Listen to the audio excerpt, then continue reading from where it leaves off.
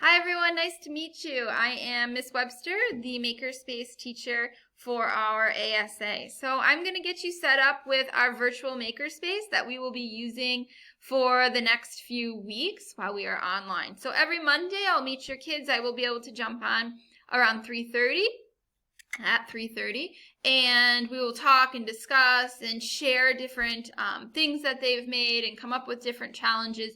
But this Padlet is also going to be a tool if students want to share what they've been doing over the course of the couple weeks that we're online. So each week I will post 1 to 2 challenges, maybe even more, that they can pick and they can choose what they want to do or what they have resources for. So here in the resource and ideas page, I have a link to our STEAM challenges each week. So our first STEAM challenge is to kind of create that makerspace at home that they can be pulling from and that they can use to guide our lessons each week. I also have over here this really neat page, I did not create it, that has on another choice board for all different things that your students can try if they want to do music, read, coding, design, if you want to get them off the computer and they want to build.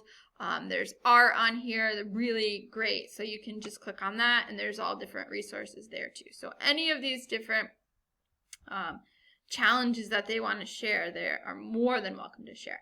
So our first week challenge is, I have 2 up, designing your catapult, but creating that home makerspace. And we'll talk about in our first virtual class what that looks like, what they could put in that space. So once they create it, maybe you could take a picture or they could take a picture on their iPad. And I just saved it on my computer. And then I added it here with the plus sign. I added a picture of my son Oliver, who has his makerspace table set up. So we have a reusable bag filled with garbage and recycling we've collected. We have some paint, some tape, some clay, and paintbrushes, crayons, markers, and this will be a great space for any of his design challenges or any of his classwork too.